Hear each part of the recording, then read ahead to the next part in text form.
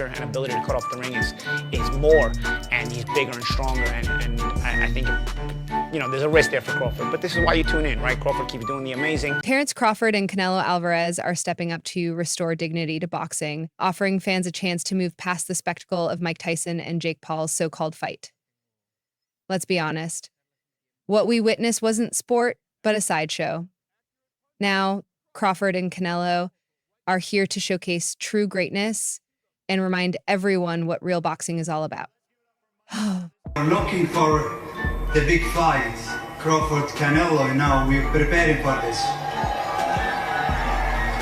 You want to do everything, Crawford. Their May 2025 clash is a tribute to boxing's legacy, a celebration of the sport as a pure, untainted battle of skill, determination, and heart. And finally, once and for all, in the best. Yo, Turkey, tell him we going for Canelo next. Yes! Let's go! Canelo, come on! These two undisputed champions are stepping into the ring, not for fame, but to solidify their status as the true kings of the sport. The Tyson-Paul fiasco? It'll be a distant memory once Crawford and Canelo deliver a masterclass that leaves everyone in awe.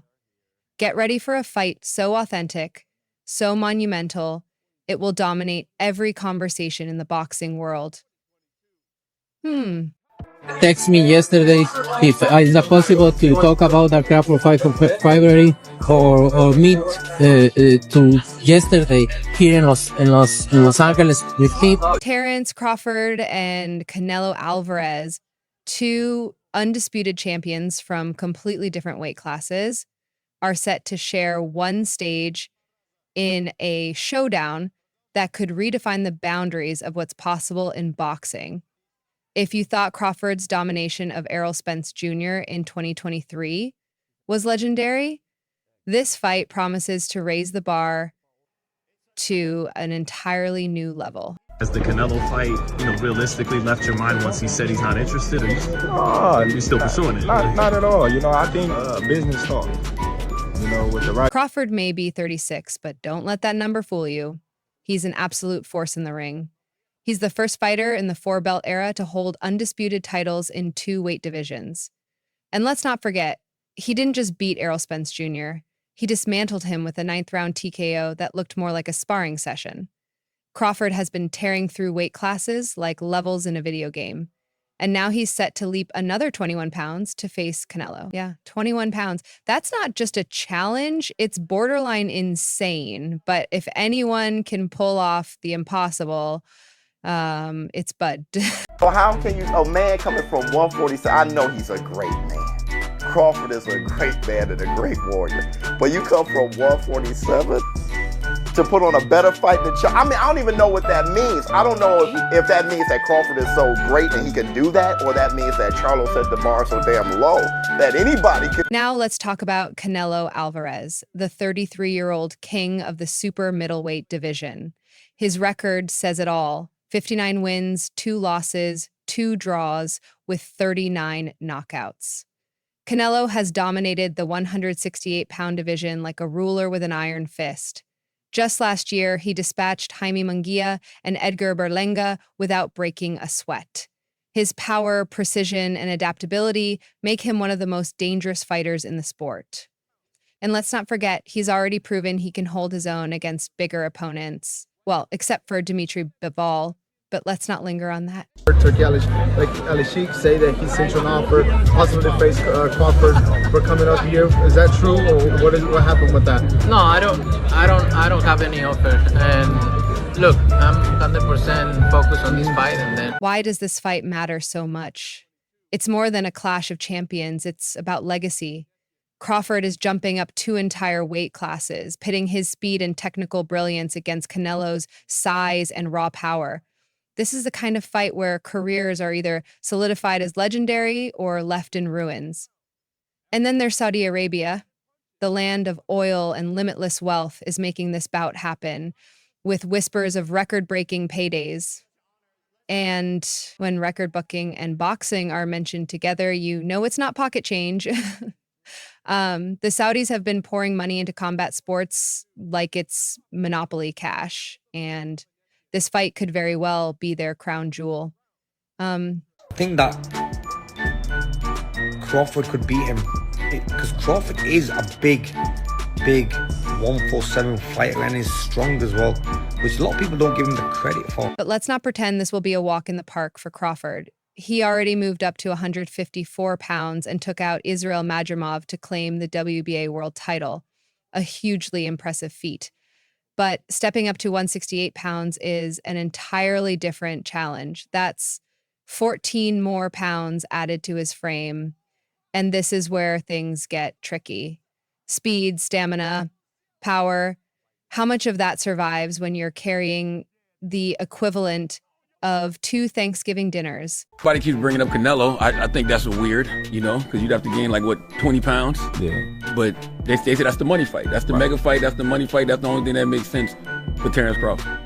Well, catch weight. Mm-hmm. You can do something at a catch weight. What weight you think? Probably 160 or something. But you said 154 is the highest you want to go. Yeah, 158. Experts are already weighing in, and opinions are divided. David Benavidez, who knows a thing or two about handling bigger opponents, believes Crawford might be biting off more than he can chew. On the other hand, Demetrius Andrade acknowledges Crawford's incredible skills, but admits that Canelo's size and agility could be a serious problem. These aren't just casual opinions, they're valid concerns. Meanwhile, Canelo hasn't exactly been eager to sign up for this fight.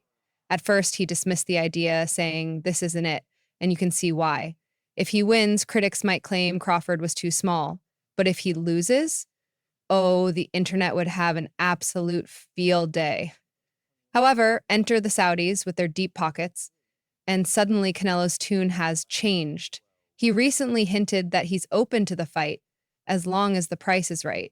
What do you think about Terence Crawford calling out Canelo?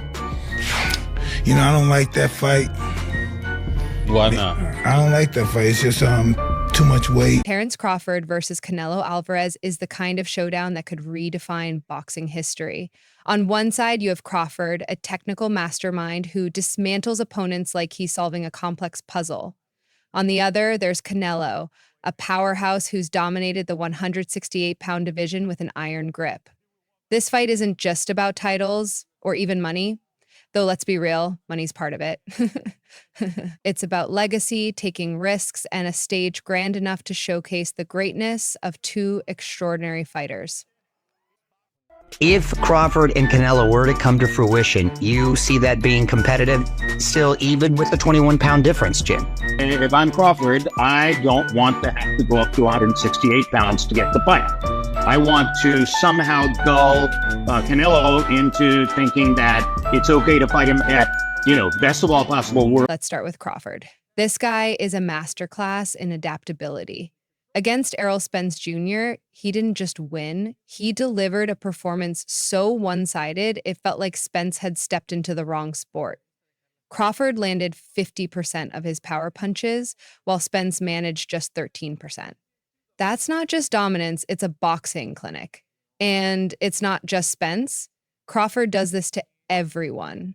He identifies your weakness mid-fight, exploits it, and makes it look effortless.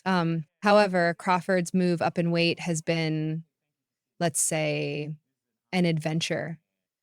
Against Israel Madrimov, he completely changed his style, becoming more aggressive and less reliant on movement, trading punches with a bigger opponent. It worked, sort of. While he secured the win, it raised questions about how much his power translates to higher weight classes at 168 pounds. He's stepping into uncharted territory where the fighters aren't just bigger, they're built to absorb the kind of punches that flatten smaller opponents. And let's not forget the elephant in the room. Crawford hasn't been knocking out bigger opponents the way he did in lower divisions. Facing someone like Canelo, who has made a career out of eating big shots for breakfast, this could be a serious challenge.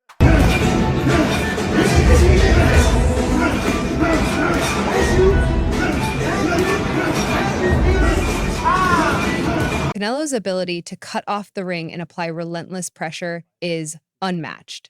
He's taken down technical fighters, power punchers, and everything in between, boasting a KO rate of 65% at 168 pounds. Canelo's power is undeniable. His shots leave opponents questioning their life choices. However, he's not without flaws. His punch output tends to drop in the later rounds, and against someone as mobile as Crawford, that could be a significant issue. We saw this against Dimitri Bivol, where Canelo struggled to keep up with a more agile opponent. If Crawford can exploit that same weakness, we could have a truly competitive fight on our hands. We're looking for the big fight. Crawford, Canelo, now we're preparing for this. You want to do everything, Crawford. Of course, the experts have plenty to say. David Benavidez believes Crawford is stepping into a nightmarish challenge, as bigger fighters at 168 pounds can absorb punches that would flatten welterweights.